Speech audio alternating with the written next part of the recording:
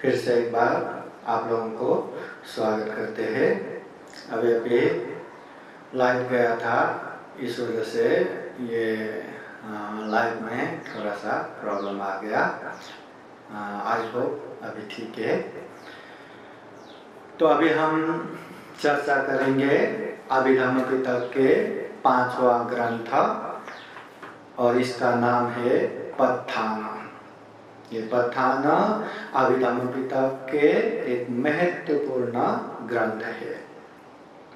चाहे आकार की दृष्टि से हो, चाहे महत्व की दृष्टि से हो, पत्थान ग्रंथ को अभिधम्म पिटक का एक महत्वपूर्ण ग्रंथ, महाग्रंथ के रूप में लिया जाता है। इसलिए इस ग्रंथ को महाप्रकरण अर्थात महाप्रकरण का संज्ञा भी देते हैं। ये आकार के हिसाब से भी बहुत बड़ा ग्रंथ है। ये ग्रंथ को 4 अलग अलग ग्रंथों में विभाजित किया है। मतलब इसके अंदर भी 4 ग्रंथों में विभाजन किया है। और वो 4 ग्रंथ का नाम है अनुलोम पत्थान। यह अनुलोम पत्थान ग्रंथ में धम्मों को पारस्परिक प्रत्यय संबंध को विधानात्मक अध्ययन के रूप में दिखाया गया है। विधानात्मक अध्ययन के रूप में। फिर उसके बाद दूसरा ग्रंथ आता है पत्सनीय पत्थान। यह पत्सनीय पत्थान ग्रंथ में धम्मों को पारस्परिक प्रत्यय संबंधों को निषेधात्मक अध्ययन करके दिखाया गया है।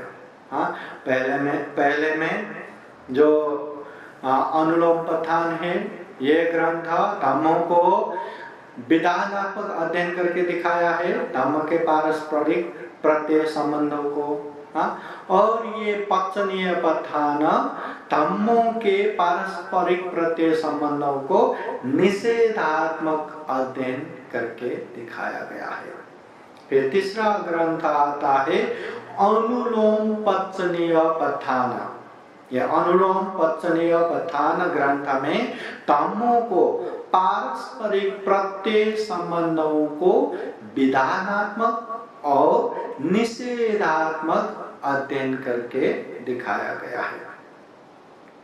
धम्मों के पारस्परिक प्रत्यय संबंधों को विधानात्मक और निषेधात्मक अध्ययन करके दिखाया गया है। और चौथा ग्रंथ है पत्सनीय अनुलोम पत्थान। यह पत्सनीय अनुलोम पत्थान ग्रंथ में धम्मों के पारस्परिक प्रत्यय संबंधों को निषेधात्मक और विधानात्मक अध्ययन करके दिखाया गया है। 4 ग्रंथ पत्थान ग्रंथ में समावेश है। आकार के हिसाब से भी ये बहुत बड़ा ग्रंथ है, इसलिए इसको महाग्रंथ भी कहते हैं, महाप्रकरण या महाप्रकरण भी कहते हैं। इसमें 4 ग्रंथ आता है अनुलोम पत्थान, पत्सनीय पत्थान, अनुलोम पत्सनीय पत्थान, पत्सनीय अनुलोम पत्थान। धम्मों के पारस्परिक प्रत्यय संबंधों को एक विधानात्मक अध्ययन करता है, एक निषेधात्मक अध्ययन करता है, एक विधानात्मक और निषेधात्मक अध्ययन करता है, और एक निषेधात्मक और विधानात्मक अध्ययन करता है। ये पत्थान ग्रंथ। ये पत्थान ग्रंथ महत्व भी इतना है कि आज के समय में विशेष रूप से बड़े बड़े, चाहे पंडित हो, चाहे अनुगारिका हो, चाहे बड़े बड़े लोग भी अपने अपने घर में जन्मदिन के उपलक्ष्य में या विशेष अवसर में ये पत्थान सूत्र का पाठ भी करते हैं, करवाते हैं। ये पत्थान ग्रंथ के आरंभ में एक पृष्ठभूमि भूमिका आता है, जिसमें प्रत्यय निर्देश या प्रत्यय निर्देश आता है। इसमें 14 प्रकार के प्रत्यय और इनका संक्षिप्त विवरण है। हाँ, जिसे हम एक विशेष समय में या विशेष विघ्न बाधा भय अंतराय को तत्क्षण नाश करने के लिए ये पाठ भी करते हैं। हाँ, ये 14 प्रत्यय बौद्ध वाङ्मय में किस तरह आता है? हेतु पचयो आरमण पचयो आदिपति पचयो अनंतर पचयो समानंतर पचयो सहजात पचयो अन्यमन्य पचयो निश्चय पचयो उपनिश्चय पचयो पुरे जात पचयो पश्चाजात पचयो आसेवन पचयो कम्म पचयो विपाक पचयो आहार पचयो इंद्रिय पचयो चान पचयो मग्ग पचयो संपयुक्त पचयो विपयुक्त पचयो आखि पचयो नाति पचयो विगत पचयो अविगत पचयो होती। हेतु पचय हेतु प्रत्यय 24 प्रकार के प्रत्यय ये संक्षिप्त गाथा में उल्लेख हुआ है और इसको विशेष विघ्न बाधा भय अंतराय नाश करने के लिए, कभी भी भयभीत हो गया, मन त्रसित हो गया, ऐसे समय में मन को ऊर्जा देने के लिए भी ये पाठ करते हैं। और ये पत्थान ग्रंथ के प्रारंभ में ये 24 हेतु प्रत्यय का उल्लेख हुआ है। हाँ, ये जो संक्षिप्त विवरण आया है जिसके आधार पे सारे धर्मों के उदय और अस्तगमन या उदय व्यय सभी ग्रंथों में अच्छे से अध्ययन करके दिखाया गया है। ये 24 प्रत्यय के आधार पे पत्थान ग्रंथ का अच्छे से विवेचना अध्ययन हुआ है।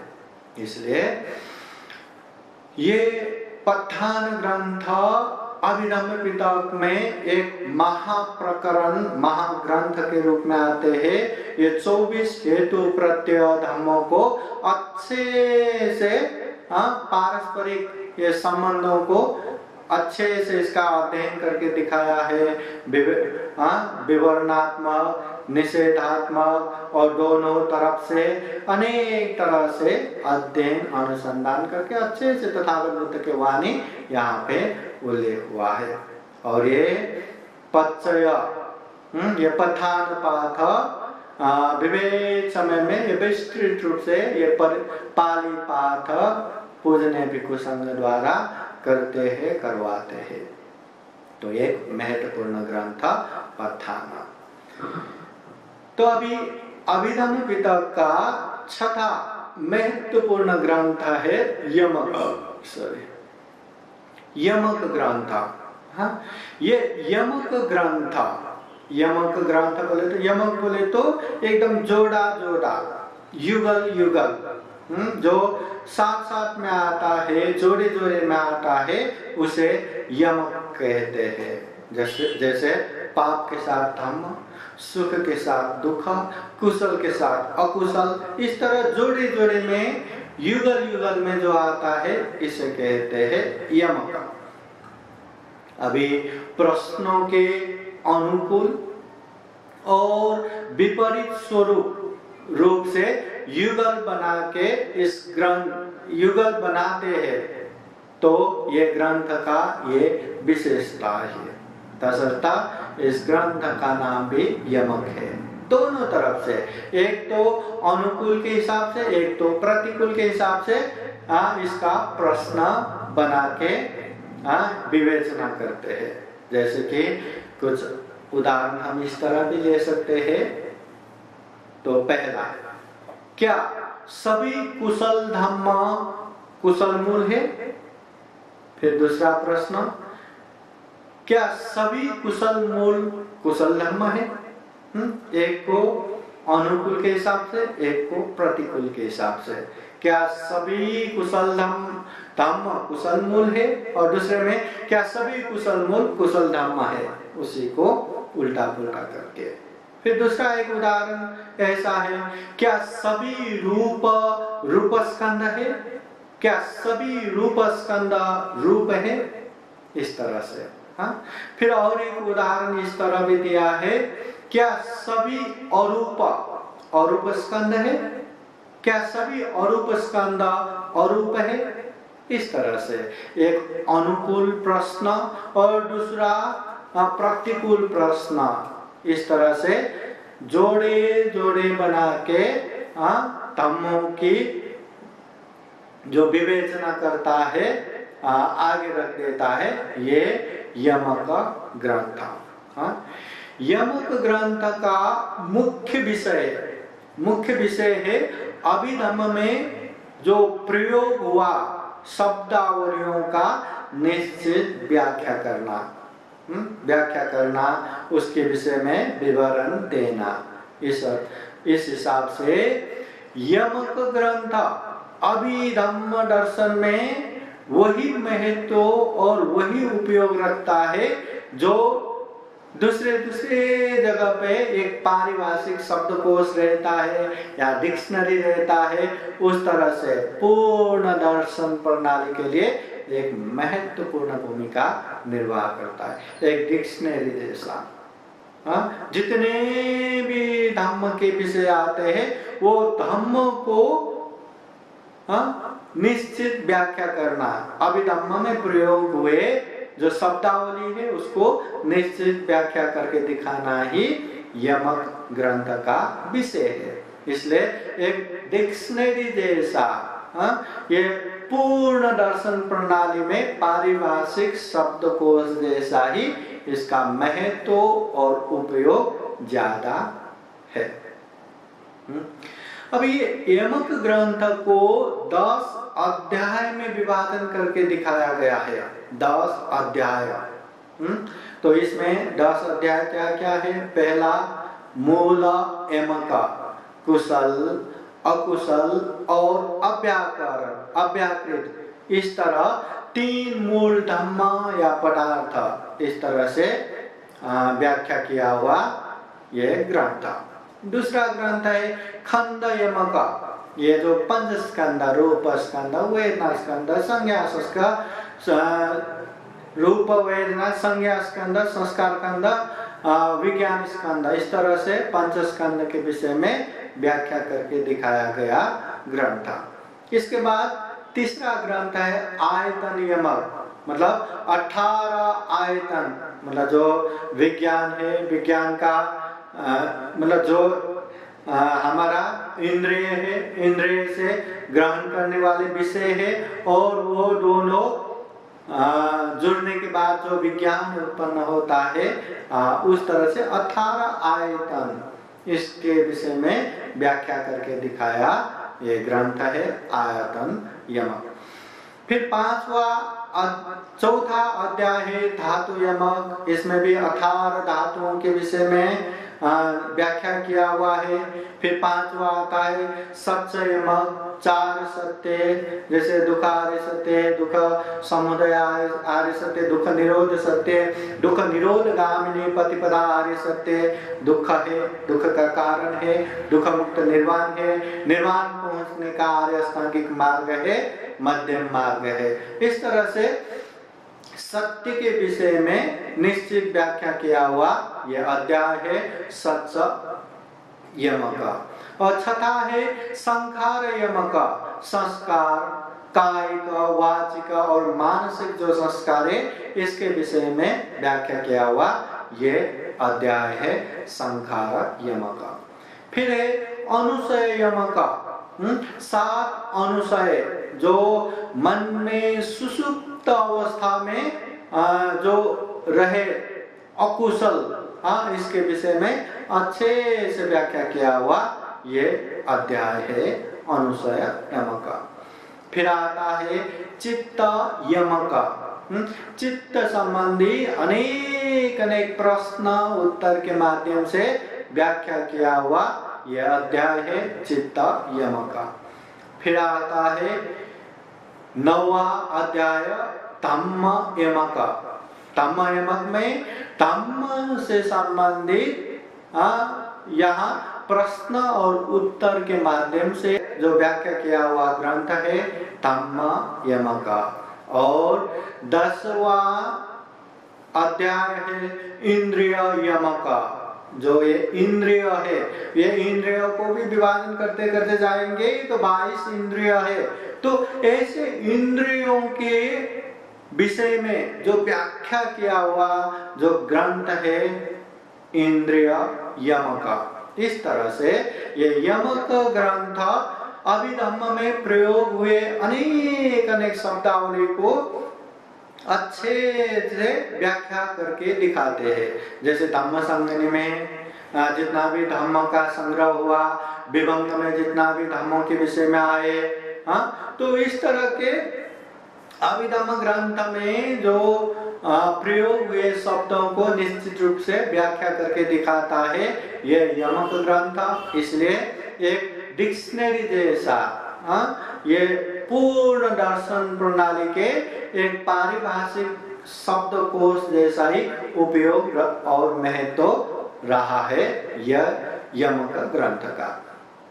यमक ग्रंथ में 10 मूल अध्याय है, जो एक एक अध्याय में अपने शीर्षक के हिसाब से वहां अभिधम्म के जो शब्दावली है इसके विषय में व्याख्या किया है। जैसे मूल यमक कुशल कुशलाभ्याकृत, खंड यमक पंचस्कंद, आयतन यमक 18 आयतन, धातु यमक 18 धातु, सत्य यमक 4 सत्य, संखार यमक कायिक वाचिक मानसिक संस्कार, अनुशय यमक 7 अनुशय सुसुप्त अकुशल, चित्त यमक चित्त संबंधी प्रश्नोत्तर, धम्म यमक धम्म संबंधी प्रश्नोत्तर, इंद्रिय यमक इंद्रियों के विषय में व्याख्या किया हुआ। इस तरह 10 अध्याय ये यमक ग्रंथ में आते हैं।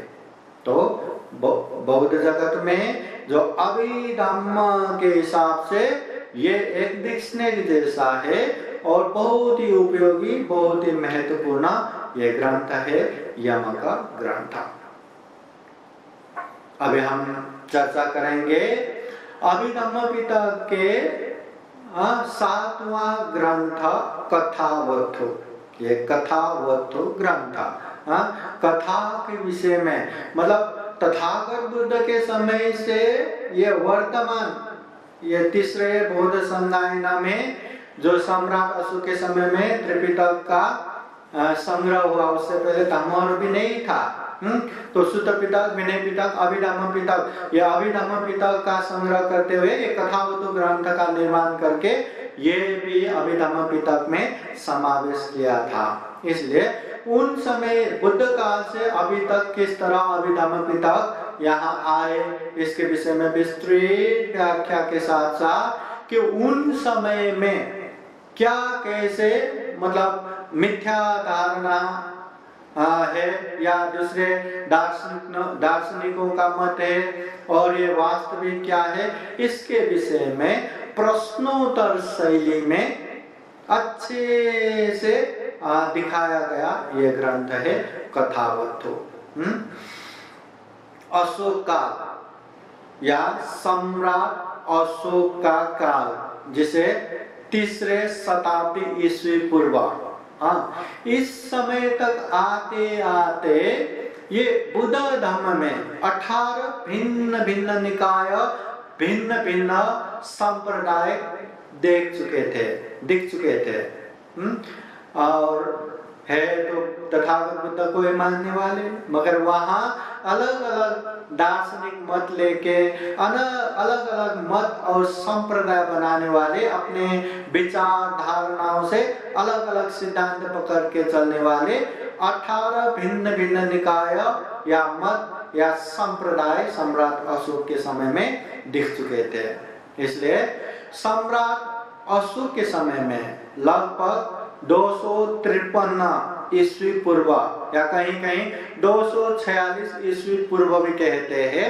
तो ये समय में सम्राट अशोक के राजधानी पाटलिपुत्र में 3रे बौद्ध संगायना का आयोजन किया। तो इस समय अरर, पिक्खु, मगली, पुत्तक, तिस्सथेरो के सभापतित्व में ये तीसरे बौद्ध संगायना हुआ। तो इस 18 संप्रदायों में 18 जो मत निकाय हो चुके थे, उनमें से थेरवाद या स्थविरवाद या तथागत बुद्ध के समय में जैसे है वैसे ही मानने वाले स्थविरवाद को मूल बुद्ध धर्म के रूप में मान के बाकी 17 दार्शनिक सिद्धांतों को निराकरण किया था, उनको अलग किया था। तो ये समाधान के रूप में विविध दार्शनिक मत और समाधान के रूप में ये कथावस्तुपकरण ये ग्रंथ का रचना हुआ और ये भी अभिधम्म पिटक का एक महत्वपूर्ण अंग के रूप में स्थापित हुआ। कथावस्तु में दार्शनिक सिद्धांतों का खंडन हुआ है। कौन कौन से संप्रदायों में कैसे कैसे दार्शनिक सिद्धांत है, उसके विषय में यहाँ नाम उल्लेख नहीं हुआ है। मतलब ये दार्शनिक वाले ऐसे ऐसे सिद्धांत रखते हैं, वो दार्शनिक वाले ऐसे ऐसे सिद्धांत रखते हैं, ऐसे वो दार्शनिक मान्यता रखने वाले संप्रदायों का नाम इस ग्रंथ में उल्लेख नहीं हुआ। जबकि ये संप्रदायों का नाम के साथ इसके अर्थकथा ग्रंथ, कथावस्तु के अर्थकथा ग्रंथ में ईस्वी संवत 5वां शताब्दी के बाद पूरा हुआ है, मगर ये कथावस्तु ग्रंथ में दार्शनिक संप्रदायों का नाम नहीं आता।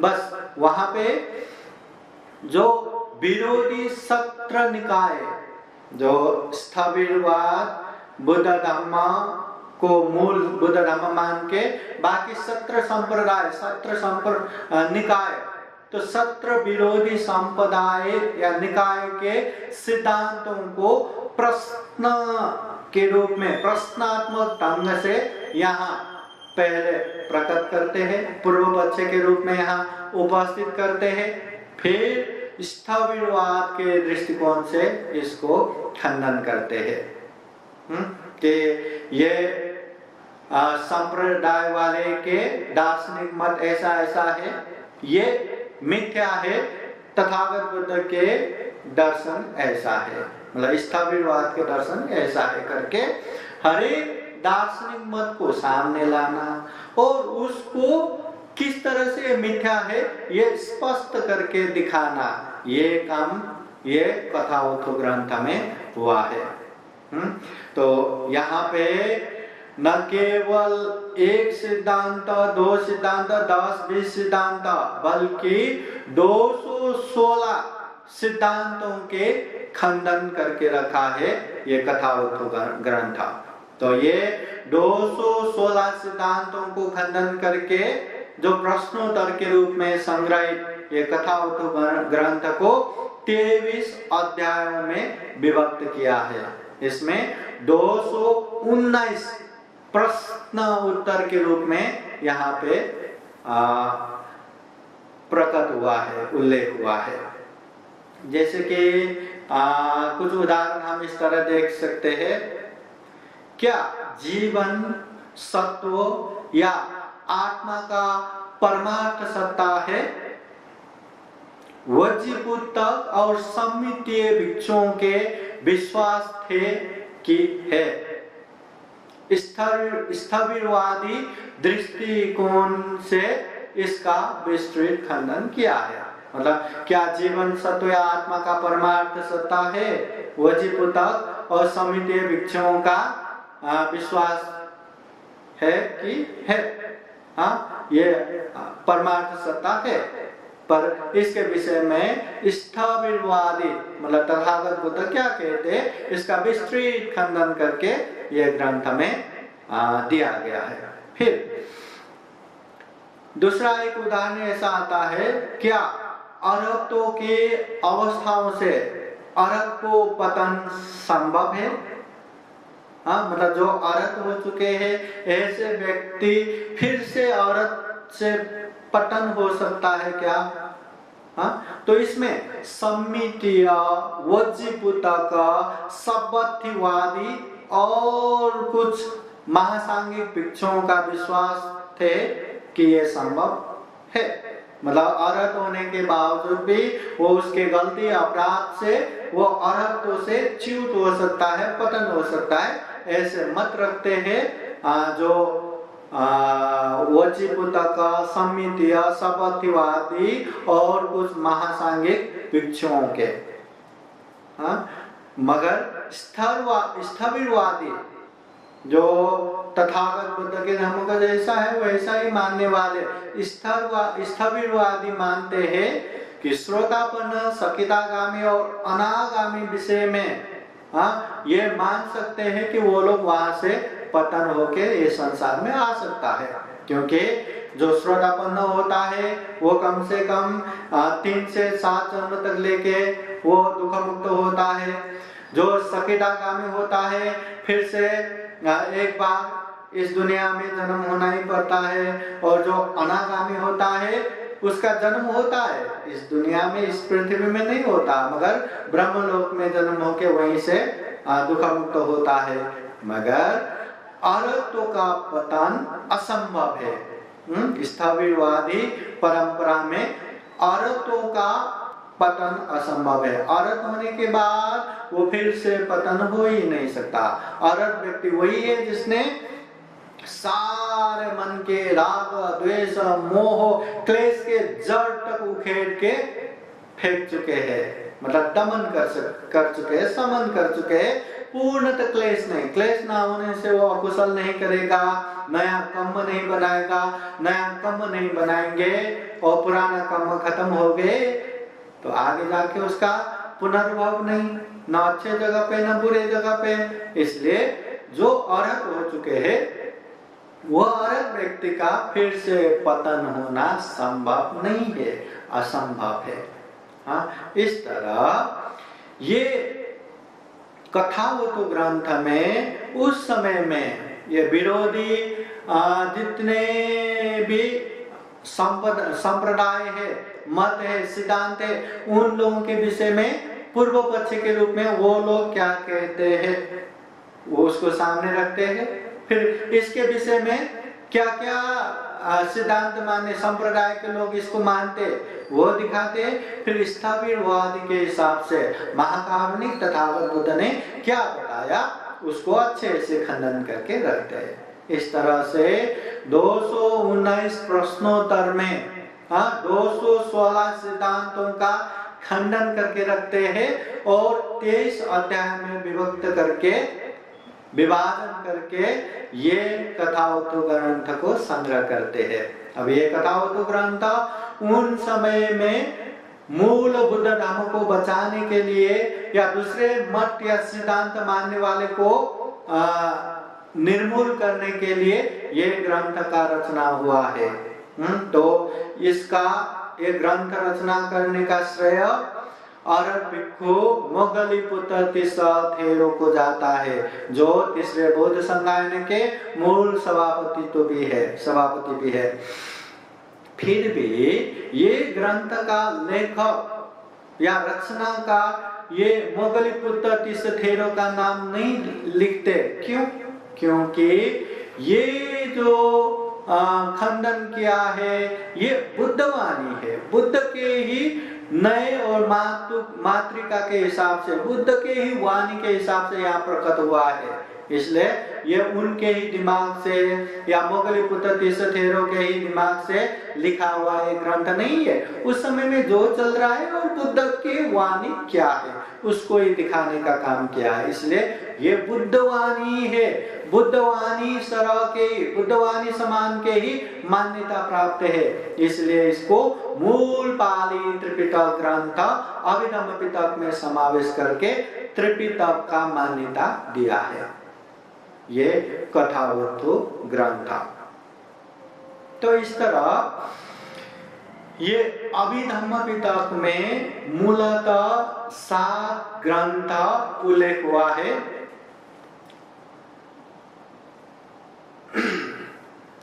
और ये अभिधम्म पिटक के हर एक ग्रंथ अपने अपने हिसाब से खूब महत्वपूर्ण है। पहला धम्म संगिनी अपने हिसाब से महत्वपूर्ण है। धातु कथा ग्रंथ पहले विभंग के 3 स्कंद आयतन धातु, इसके विषय में विस्तृत विवरण देके व्याख्या देके बताता है। पुद्गल पन्यति, ये पुद्गल व्यक्तियों के विषय में अच्छे से प्रकट करता है।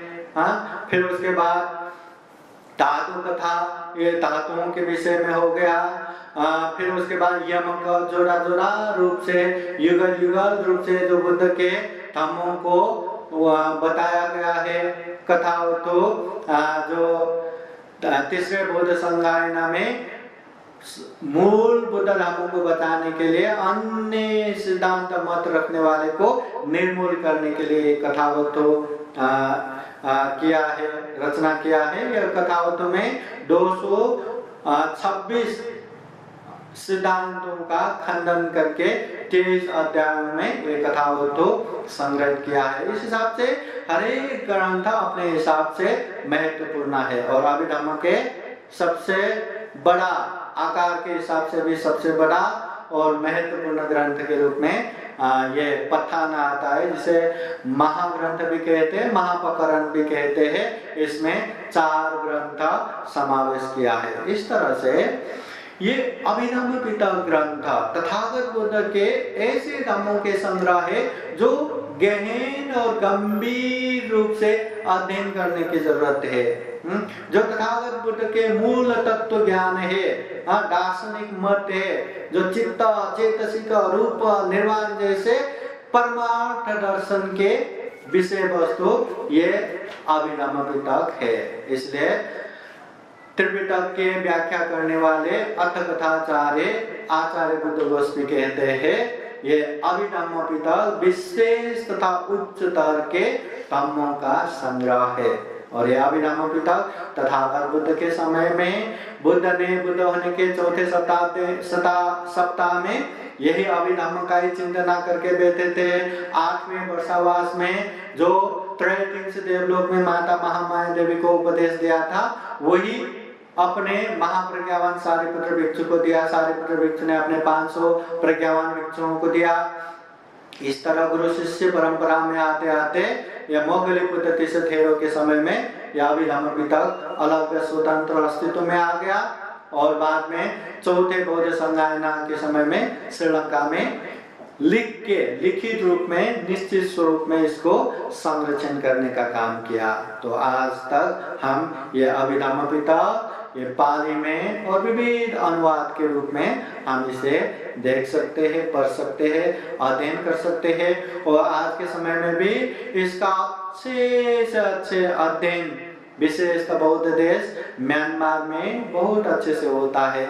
इसका मतलब ये नहीं कि दूसरी जगह पे अध्ययन होता है, नहीं होता है। और वहां भी अध्ययन होता है, मेहनत करने वाले खूब अच्छे से सीख भी जाते हैं। मगर ये म्यांमार में या म्यांमार से अध्ययन करके आने वाले या म्यांमार के विशेष बनते लोग या अभिधम्म पिटक को बहुत अच्छे से अध्ययन करके समझ के रखते हैं और बहुत विस्तृत रूप से वो लोग व्याख्या विश्लेषण भी करते हैं। और यह अभिधम्म पिटक जान लिया तो बौद्ध मनोवैज्ञानिक या एक तरह से साइकोलॉजी भी जान लिया, क्योंकि ये चित्त के विषय में, चित्त उत्पन्न से पहले के चेतसिक के विषय में, ये जो रूप के विषय में, इसका ही सूक्ष्म रूप से चिकित्सक अध्ययन ये अभिधम्म पिटक में होते हैं। इसलिए बौद्ध जगत में अभिधम्म पिटक का महत्व तो बहुत ही ज्यादा है।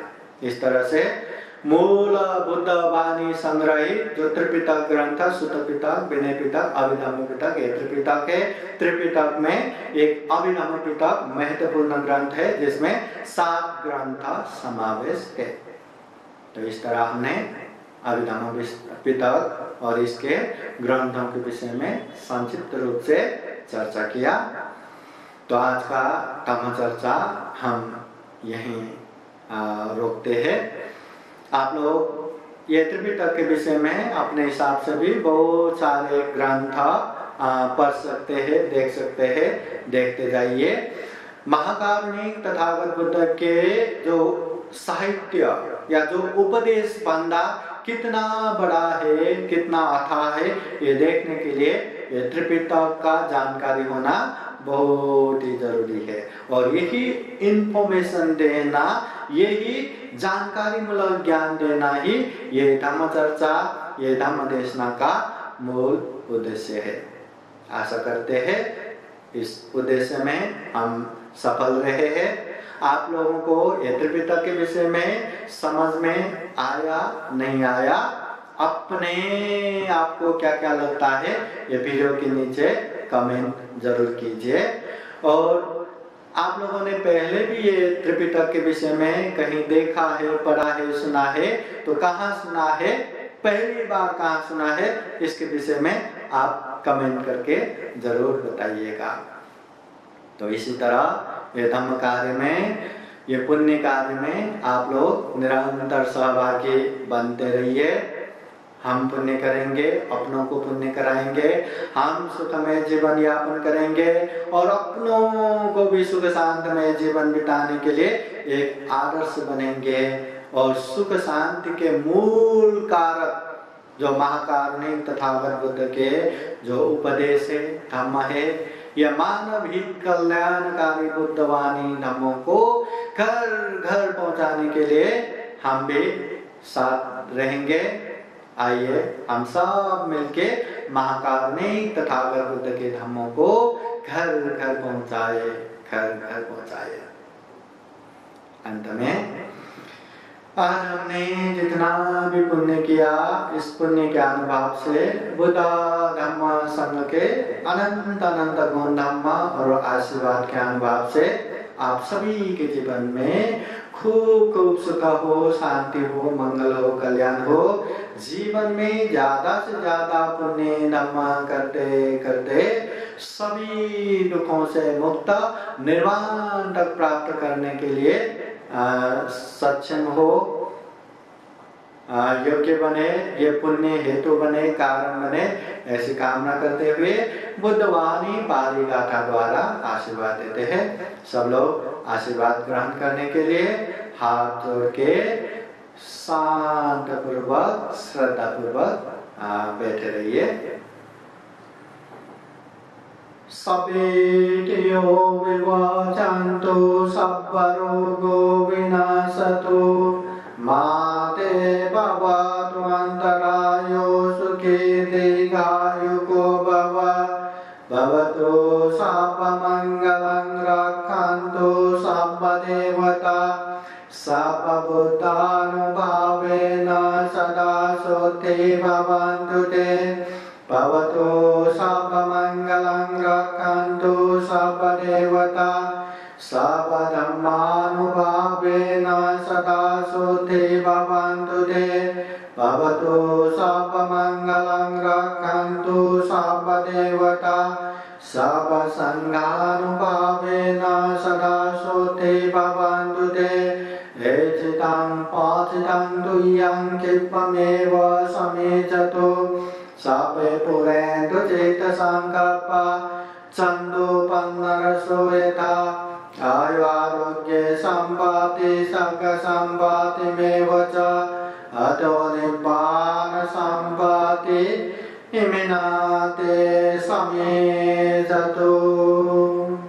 साधु साधु साधु बुद्धं नमामि, धम्मं नमामि, संघं नमामि, अहं वन्दामि सर्वदा। सबका मंगल हो, सबका कल्याण हो, सुखी हो, सुखी हो, सुखी हो।